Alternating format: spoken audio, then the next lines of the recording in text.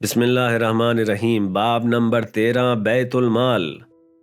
جوانی کے آغاز سے ہی، بلکہ یوں کہہ لیں کہ جب سے میں نے ہوش سنبھالا تھا، حق الناس اور بیت المال پر میری گہری توجہ تھی۔ میرے والد محترم ہمیشہ مجھے تاکید کیا کرتے تھے کہ بیت المال کے استعمال میں احتیاط کرو، کہیں ایسا نہ ہو کہ خود کو اس گڑھے میں گرا دو۔ دوسرے، میری تربیت منبر و مجالس کے سائے میں ہوئی تھی، اس لیے میں ان موضوعات کو سنتا رہا تھا۔ جب میں سپاہ میں بھرتی ہوا تھا تو میری پوری کوشش ہوا کرتی تھی کہ دفتری اوقات کے دوران ذاتی کام نہ کروں۔ اگر اس دوران کوئی ذاتی کام پڑ جاتا یا کوئی ذاتی فون کال آ جاتی تو میں بعد میں اتنا یا اس سے زیادہ وقت لگا کر کام کو مکمل کیا کرتا۔ اضافی وقت کے کام کی میں نے کبھی اجرت طلب نہیں کی۔ ذہن میں یہی خیال رہتا کہ کہیں روز قیامت کوئی مشکل پیش نہ آ جائے۔ کم لیکن حلال تنخواہ لینے میں ہی بہتری ہے۔ میں دفتر میں آنے والے لوگوں کا کام بھی پوری توجہ کے ساتھ کیا کرتا تھا تاکہ ان کی رضامندی حاصل کر سکوں۔ یہ کام میرے نامہ اعمال میں درج تھا۔ جوان نے مجھے کہا، خدا کا شکر ادا کرو کہ بیت المال کا حساب تمہارے ذمے نہیں ہے، ورنہ تمہیں پورے ایران کے لوگوں کی رضامندی حاصل کرنا پڑتی۔ اتفاقاً وہیں پر کچھ لوگوں کو دیکھا جو بہت پریشان تھے، کیونکہ انہیں پورے ایران کے لوگوں کی رضامندی حاصل کرنا تھی۔ ان کے ذمے بیت المال کا حساب تھا۔ یہ بھی بتاتا چلوں کہ یہاں وقت اور جگہ کی اہمیت بے معنی تھی، یعنی میں بآسانی ان لوگوں کو دیکھ سکتا تھا جو مجھ سے قبل اور میرے بعد انتقال کر چکے تھے، یا پھر کسی سے بات چیت کیے بغیر ہی جان لیتا تھا کہ اسے کیا پریشانی ہے۔ یہاں ایک جھلک اور ایک لمحے میں تمام حقیقتوں کو سمجھا جا سکتا تھا۔ برزخ میں ایسے لوگوں کی بہتات تھی جو بیت المال میں رشوت، غبن اور چوری جیسے گناہ کرتے رہے تھے، اور اس کے نتیجے میں انہیں ملک کی پوری عوام، حتیٰ کہ جو لوگ ابھی پیدا بھی نہیں ہوئے تھے، ان سے بھی بخشش طلب کرنا تھی۔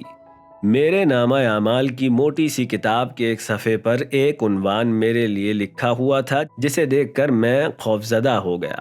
مجھے یاد آیا کہ ایک سپاہی اپنی ریٹائرمنٹ کے وقت میرے شعبے میں آئے اور شیلف پر چند کتابیں رکھ دیں۔ انہوں نے کہا تھا کہ کتابیں یہیں پر پڑی رہیں تاکہ بعد میں آنے والا عملہ اور سپاہی ان سے استفادہ کریں۔ تقریباً 1 سال تک نائٹ شفٹ کے سپاہی ان کتب سے مستفید ہوتے رہے۔ کچھ عرصے بعد میرا تبادلہ دوسرے شعبے میں ہو گیا۔ میں اپنے ذاتی سامان کے ساتھ وہ کتب بھی لے گیا۔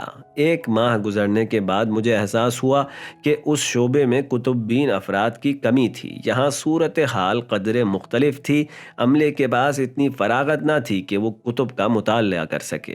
اس بات کو مد نظر رکھتے ہوئے میں نے وہ کتب پچھلے شعبے میں واپس بھجوا دیں۔ جوان نے اسی واقعے کی طرف اشارہ کرتے ہوئے کہا کہ یہ کتب بیت المال کی تھیں، تم نے انہیں بلا اجازت منتقل کیا تھا۔ اگر تم ان کو پچھلے شعبے میں واپس نہ بھجواتے تو تمہیں تمام عملے اور سپاہی جنہوں نے مستقبل میں اسی شعبے میں آنا تھا، ان سب سے معافی مانگنا پڑتی۔ یہ بات سن کر میں واقعی ڈر گیا، کیونکہ میں تو ان کتب کو نئے شعبے میں بڑی نیک نیتی سے لایا تھا اور میں نے ان سے ذاتی استفادہ بھی نہیں کیا تھا، اور گھر کے بجائے دوسرے شعبے میں لے کر گیا تھا تاکہ دوسرے لوگ زیادہ سے زیادہ استفادہ کر سکیں۔ خدا ان لوگوں کو بچائے جو بیت المال کو اپنی ذاتی ملکیت سمجھ لیتے ہیں۔ اسی حالت میں اپنے عملے کے ایک ساتھی کو دیکھا جو ایک مخلص و مومن انسان تھے۔ انہوں نے اخراجات کی مد میں ایک خطیر رقم کمانڈر سے لی تھی تاکہ شعبے کے لیے ضروری اشیاء اور سامان لا سکیں۔ انہوں نے یہ رقم دفتر کی تجوری میں رکھنے کے بجائے اپنی جیب میں رکھ لی تھی، اور اتفاق سے اگلے ہی روز ان کی کار کا ایکسیڈنٹ ہوا، جس کے نتیجے میں ان کی موت واقع ہو گئی۔ اب مجھے عالم برزخ میں انہوں نے دیکھا تو میری طرف آئے اور کہا، میرے گھر والوں نے بیت المال کی امانت کو میری ذاتی رقم سمجھ کر خرچ کر دیا ہے۔ خدا را ان کے پاس جاؤ اور کہو کہ وہ یہ رقم متعلقہ شخص کو واپس لوٹا دیں، کیونکہ میں یہاں بری طرح سے پھنسا ہوا ہوں۔ خدا کے لیے میرا یہ کام کر دو۔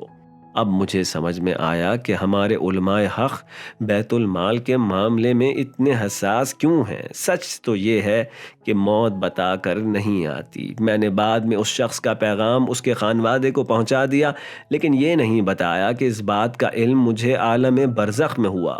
بہرحال خانوادے نے وہ رقم واپس لوٹا دی۔ نبی کریم صلی اللہ علیہ وآلہ وسلم کی سیرت سے نقل ہوا ہے، جس دن آپ صلی اللہ علیہ وآلہ وسلم خیبر کی سرزمین سے نقل کر رہے تھے، ایک صحابی نے عرض کیا، میں نے 2 جوتوں کے تسمے بھی وہاں سے بغیر اجازت کے اٹھائے تھے۔